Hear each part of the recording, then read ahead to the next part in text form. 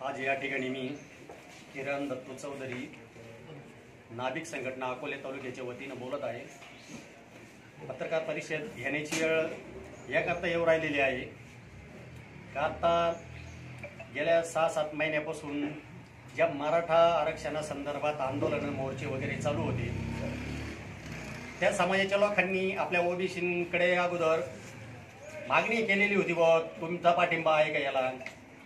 पण आम्ही म्हटलेलो होतो का आम्ही आमच्या आरक्षणाला धक्का न लावता जर तुम्हाला आरक्षण भेटत असेल तर आनंदाचे आम्ही त्यात सहभागी आहोत आणि आम्हाला पाहिजे त्या ठिकाणी आम्ही तुम्हाला पाठिंबा देण्यास तयार आहोत। हे आपण वाक्य त्यावेळेस वापरलेलं होतं, आजही वापरतोय। पण मध्यंतरीच्या काळामध्ये ते जरांगे पाटील कोण आहे माहित नाही मला, पण त्यांनी प्रत्येक गावात तालुक्यात जिल्ह्यात फिरायला सुरुवात केली आणि सरकारवर दबाव टाकण्यासारखे आंदोलन मोर्चे काढायला सुरुवात केली। तरी पण ओबीसी समाजाने प्रत्येक ठिकाणी त्यांना पाठिंबाच दिलेला आहे। कुठे बी वाद विवाद असं काही केलेलं नाही किंवा वाद झाला एखाद्या गावामध्ये समजा ओबीसींचा मराठ्यांचा असं तर काही थोडं ऐकायला आलेलं नाही। मग जर ओबीसींचा पाठिंबा मिळालेला आहे, पाठिंबा घेऊनही त्यांनी पर आता मागणी त्यांची ओबीसी व्यतिरिक्त वेगळं आरक्षण द्या असा मुद्दा होता त्यांचा। पण आता त्यांनी सरसकट ओबीसी मधलंच आरक्षण पाहिजे असा मुद्दा ठेवलेला होता। त्यामुळे आता ओबीसींना कुठेतरी जागरूक झालं पाहिजे। ओबीसी म्हणजे 12 बंधुदार जवळ एवढ्या 374 जाती आहे। मग आता आरक्षण प्रत्येकाला वाटायला राहतच किती, तरी पण आपण आरक्षणावरून कधी भांडणं तणणं काही केलेलं नाही। आपल्याला जे वाटायला येतंय त्या हिशोबाने आपण चाललेलो आहे। पण आता जर त्यांनी जर आता ओबीसी मध्येच घुसले तर आपल्या जेवढे टक्के आपल्याला आरक्षण आलेलं आहे ते आरक्षण सुद्धा आपल्या पुढे भविष्यामध्ये आपल्या मुलांच्या दृष्टीने काहीच राहत नाही। त्यामुळं या गोष्टीचा सरकारने विचार करावा। सरकार आतापर्यंत म्हणत होतं का यांच्या ओबीसींना धक्का न लावता मी यांना आरक्षण देणार आहे, पण आता आरक्षण कशा पद्धतीचं देतंय हा आम्हाला अजून तो मुद्दा समजलेलाच नाही। त्यामुळे आता आम्हालाही सरकारच्या विरोधात जाण्याची वेळ आली, सरकारकडे मागणी मागण्याची वेळ आलेली आहे का आमच्या ओबीसींना धक्का लावता कामा नये।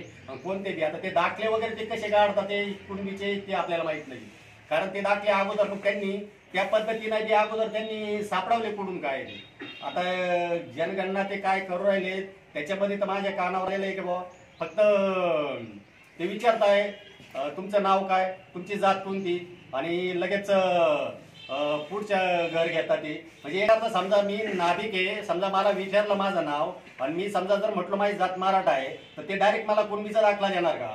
अशा काही घटना घडू शकतात। त्यामुळे त्याकडे बी व्यवस्थित सरकारने लक्ष दिलं पाहिजे जे जनगणना करताय त्यांच्याकडे असे काही मुद्दे आहेत।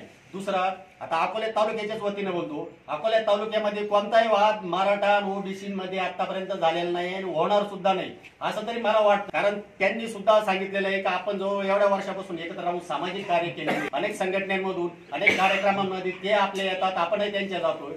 कुठेही काही भेदभाव नाही, मुस्लिम समाज म्हणा इतर समाज म्हणा सर्व समाज एकमेकांच्या याच्यात सहभागी आणि इथून पुढेही सहभागीच राहावा। त्यामुळे अकोल्या तालुक्यातल्या समजा जे मराठा समाज असतील त्यांनी तरी गैरसमज करू नये का आता हे आपल्या विरोधात चाललेलं आहे। तुमच्या विरोधात नाही चाललेलो, तुम्ही जसं आरक्षणासाठी हक्कासाठी तुम्ही एकत्र येऊन बैठका घेऊन लढत होते तसंच आता आमचे ओबीसी एकत्र येऊन बसून लढू राहिलेले। आम्हाला आमचा हक्क पाहिजेच ना, म्हणजे ते सरकारकडे तुम्ही मागितला आम्ही सरकारकडेच मागणार आहे त्याबद्दल वाक्याचा प्रश्न विचारला।